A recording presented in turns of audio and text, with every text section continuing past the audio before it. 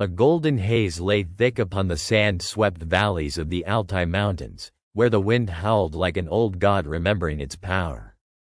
Deep within this forgotten cradle, archaeologists had always dismissed the rumors. A city not made by the Scythians nor the Mongols, but by something older, something erased. But what if the rumors were true? What if a civilization had risen here 25 centuries ago? One whose mastery of wind, stone, and celestial alignment surpassed anything known to the ancient world? The Oron Empire, as the whispered name went, never etched its dominion into parchment or stone. Instead, its legacy was woven into the chants of herders and the bloodlines of forgotten tribes, and hidden beneath the bones of mountains that never surrendered their secrets. The empire's capital, Alakur, had once stretched across a fertile basin, lush before the desert claimed it.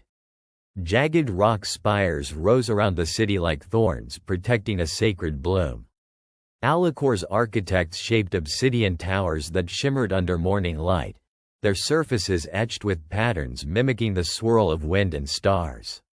It is said their stones could sing, responding to vibrations, resonating with deep, haunting tones during equinoxes.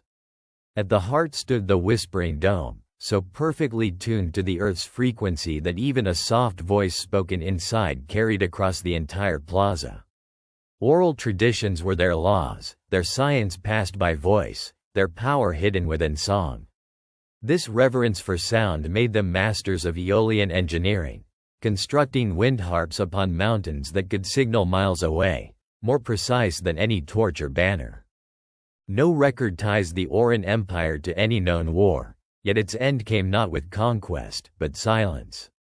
As trade routes from the Persian heartlands and Chinese borders flourished, couriers spoke of a mountain people who demanded no tribute and offered no allegiance, only riddles. Then, sometime deep into the 3rd century BCE, their presence simply vanished. Shepherds report the wind changed direction. The sky above Alakur dimmed into an unnatural dusk. Travelers approaching the mountain passes were turned away by an eerie hum that set teeth on edge and made beasts refuse to step forward. It wasn't abandonment, it was retreat. Enigmatic stone gates sealed their valley, and the Oron were never seen again. All that remained was the echo of whispered warnings. The silence must be respected. Centuries blurred past, the empire reduced to a myth mapped only in the minds of poets and madmen. But in 1912, a Russian surveyor named Petrovich Ivanov stumbled upon unnatural contours buried beneath a landslide north of the Karakol Basin. Among toppled columns worn by time, he found a black stone fragment, covered with carvings that vibrated softly under touch. Though dismissed by geologists as coincidence, others noticed the pattern: sigils aligned with constellations no longer visible from Earth due to axial shifts. Ivanov returned yearly, increasingly obsessed. His final expedition, undertaken during an unexpected spring thaw, was lost in a flash blizzard unlike any seen before. Only his journal was found, pages frozen into a brittle block. On its final legible entry he had scrawled hastily, "The mouth of the wind sings again." They are not gone. In recent years, satellite imaging has confirmed strange hollows beneath the Altai rock, massive, symmetrical, and deeply buried. Seismographs catch odd vibrations whenever storms roll through, as if the mountains are resonating in tune. Some believe the Oron entered a form of stasis, retreating not just from the world, but from time itself, waiting for alignment, be it celestial, geological, or something more arcane. Others whisper that their knowledge of sound and breath allowed them to manipulate what modern physicists barely understand: harmonic frequencies strong enough to fracture reality.